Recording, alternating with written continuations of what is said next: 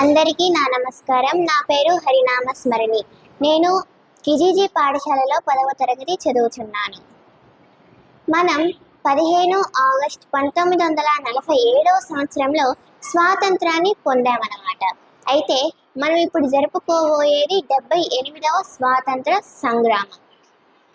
1695వ సంవత్సరంలో బ్రిటిష్ వారు వ్యాపార రీత్యా ఈస్ట్ ఇండియా కంపెనీ అనే పేరుతో భారతదేశంలోకి మొట్టమొదటిసారిగా అడుగుపెట్టారు.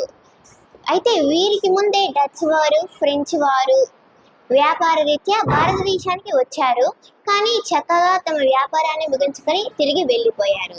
అయితే భారతదేశంలోని ప్రజల యొక్క మర్యాద, మంచితనం వీటినన్నిటినీ లోగోగా తీసుకొని బ్రిటిష్ వారు మన మీద ఆధిపత్యం చెలాయించారు.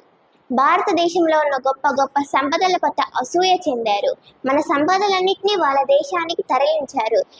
భారతీయుల మాన ప్రాణాలకు ఎంతో నష్టం అనేది వాటింపజేశారు.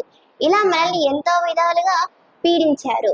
కానీ ఆ సమయంలో భారతీయులలో కొంతమంది చైతన్యపూరితమైన వ్యక్తులు బాలగంగాధర్ తిలక్, లాలా లజపత్ రాయ్, గాంధీజీ గారు, మంగల్ పాండే, భగత్ సింగ్, జవహర్లాల్ నెహ్రూ వంటి ఎంతో మంది మహావీరులు, మహావనితలు తమ యొక్క శక్తి సామర్థ్యాలు ఉపయోగించి భారతదేశం యొక్క స్వాతంత్రం పొందడానికి ఎన్నో విధాలుగా సహాయ సహకారాలు అందించారు.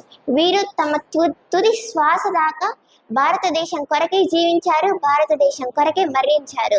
కాబట్టి ప్రస్తుత సమాజంలోని ప్రతి ఒక్క భారతీయులందరూ దేశ సేవే మా కర్తవ్యంగా, దేశభక్తే వారి యొక్క ప్రథమ కర్తవ్యంగా భావింపజేయడమే మన యొక్క ప్రధాన కర్తవ్యం. జై హింద్.